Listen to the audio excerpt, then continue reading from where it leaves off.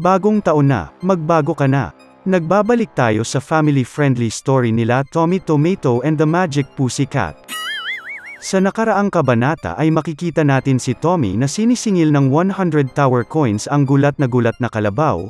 Ito ay bilang kapalit sa pagnakaw ng mga grass at sa pagsira ng lupain sa kanyang farm. Hindi makapaniwala si Ox3 na 100 tower coins pala ang halaga noon. Napakamahal naman daw yata nung damo na yun, nakakatakot pala maging magnanakaw. Kaya mga bata, wag na wag kayong magnanakaw.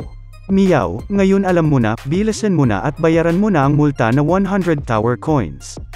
Meow, Tommy, paano na ito? Anong gagawin natin sa bastardong kalabaw na ito? Walang kapera-pera, mas mahirap pa ito sa daga.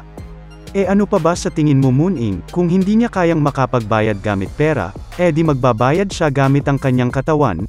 Gamit ang katawan ko? Teka Tommy, hindi maganda yan. Rated PG lang tayo dito. Ang dumi naman ng isip nyo, ang ibig sabihin ko ay pwede ka pumunta dito araw-araw para tulungan ako sa farm. Bibigyan kita ng 1 tower coin every day. Pwede mo bayaran yung utang mo gamit yun. Talaga ba, gusto mo ako magtrabaho dito para mabayaran ko yung utang ko? And wait, there's more, bibigyan din kita ng pagkain. Mahilig ka sa spring onions diba? Papalamunin kita nun as much as you want. Hindi naman ako masamang boss. Ano masasabi mo? Ayos din naman diba? Say no more, wag ka na magsalita, tatanggapin ko yan basta pakainin mo ako. Sige, pwede ka na agad magsimula bukas na bukas. Yun salamat. Gulat naman si Moon-ing habang pinagmamasdan si Tommy habang kinakamayan si Ox3. Naisip niya sa kanyang sarili na, meow, kung wala ka palang pera ay pwede ka din magbayad gamit ang iyong katawan. Ang husay po talaga Tommy, animal ka, may natutunan na naman ako sayong magandang asal meow. Dapat ko itong isulat para hindi ko makalimutan. Ilan pang sandali ay nagpaalam na sila Tommy at Moon-ing kay Ox3.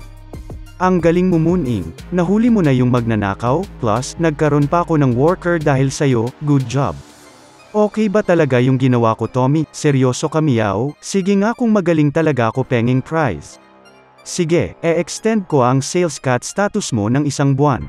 Kitang-kita naman ang pagkayamot sa pagmumukha ni Moon-ing.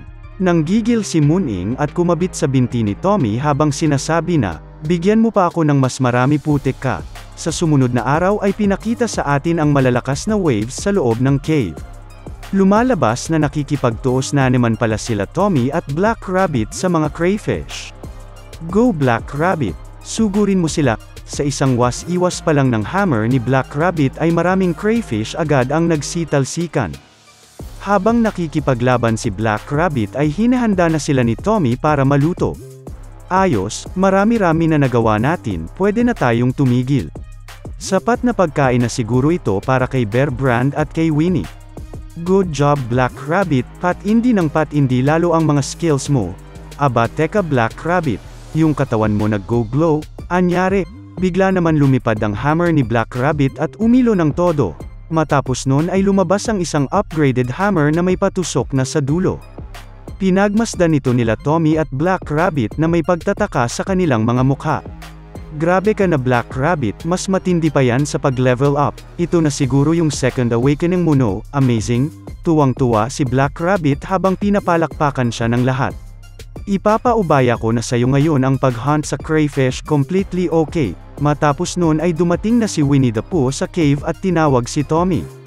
Tinanong ni Tommy si Bear Brand para mamapaliwanag kung ano ang sinasabi ng kanyang nanay. Subalit hindi rin maintindihan pinagsasabi niya kaya tinuro niya na lang ito. Nagulat si Tommy dahil meron na palang isa pang beehive sa kanyang farm at ngayon niya lang ito napansin. Bigla naman lumabas ang isang queen bee sa loob ng beehive. Ito nga pala yung anak ni Bibi na queen bee. Pero dahil matagal na panahon nang walang Moon-ing video, nakalimutan ko na yung pinangalan ko sa kanya. Kaya ang pangalan niya na ngayon ay Angeli B. Kang. Lumipad ito papunta kay Tommy at mabilis naman niya itong nakilala. Kamusta ka naman Angeli B? Nice to meet you again. Saan ka ba nagpunta? Nag-alala ako sayo nung bigla kang hindi nagpakita. Tinawag ni Angeli B ang kanyang mga tropa at na-realize ni Tommy na kaya pala nawala muna siya ay para mabuo ang kanyang puwersa. Bear Brand, mag-hi ka sa kanya, siya nga pala ang second generation queen bee na anak ni Bibi na pinanganak kailan lang. Kailangan mo siyang protektahan, Bear Brand, para makapagpatuloy siya sa pag-produce ng honey na paborito mong kainin. At dahil doon ay naging magkaibigan na din silang dalawa. Patuloy lang ang paglalaro nila hanggang dumating ulit ang kalabaw sa farm. Ready na daw siya para magtrabaho kaya mainit siyang kinamusta ni Tommy. Pero bigla naman hinampas ni Winnie the Pooh ang kanyang paa sa sahig at nag-growl ng napakalakas. Pinagmasdan niya ito nang may galit sa muka habang gulat na gulat naman si Ox 3. Ay putik ka talagang oso ka, hindi ko inakala masasalubong kita dito, humanda ka. Sinubukang awatin ni Tommy si Winnie subalit nanlilisik na pala ang mga mata nito sa galit, kaya tinabi niya muna ang mga chikaiteng sa gilid para makapag-focus.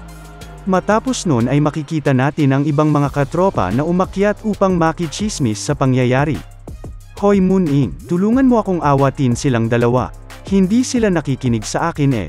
Pag nagpang-abot yang dalawang yan malamang magkakasakitan sila. Tumigil na kayong mga animal kayo, huwag kayong mag-away. Huwag kang magalit kay Ox 3 Winnie, pumunta lang siya dito para magtrabaho, hindi siya pumunta para makipag-away. Nag-growl lang si Winnie sa kanya at pinabalik siya sa cave. Tinranslate ni Moon-ing na hindi daw mapapalampas ni Winnie yung kawalan niya na ginawa ng kalabaw na yun sa teritoryo niya. Sinubukan din ni Tommy na pakiusapan si Ox 3 na tumigil na subalit sinabi ng kalabaw na hindi siya pwedeng umatras sa laban dahil isa siyang marangal na Minotaur warrior. Habang problemado si Tommy ay naiinis naman si Moon-ing dahil nang hihingi na naman ng pagkain si Bear Brand. Bigla naman nag-message ang tower manager at sinabing tinatamad na daw yung bibig niya kaya gusto niyang kumain. Subalit sinabi ni Tommy na medyo busy sila ngayon dahil sa away ni Winnie at ng Minotaur. Pero sinabihan lang ng tower manager na ayusin na agad ni Tommy ang problema kasi nagugutom na siya. Sinabi ni Tommy na kung ganun lang daw kadali yun edi sana ginawa niya na agad, kaso ang problema ay ayaw daw nilang makinig. Habang tuloy pa din ang pagsumbong ni Moon-ing kay Bear Brand. Nag-ready na so Ox 3 para umatake, at syempre hindi din papatalo si Winnie at nag-charge na ng chakra. Tommy, tara na at bumalik na nga tayo sa cave meow. Nagkasabay-sabay na ang mga asungot at nabaliw na si Tommy sa nangyayari. Pati nga si Moon-ing nagutom na din daw bigla, lintik na pusa yan. Unti-unti nang napupuno ang pagkainis ni Tommy at sumigaw siya na kung walang makikinig sa kanya ay wala na siyang bibigyan ng pagkain. Dahil sa sinabi niyang yun ay na-stun ang dalawang Mok-ong. Na-shock din sa takot si Bear Brand pati ang ibang mga tropang rabbits. Hindi din napigilan ng tower manager ang pagtili niya sa kanyang narinig, habang si Moon-ing naman ay umiyak na ng napakatindi.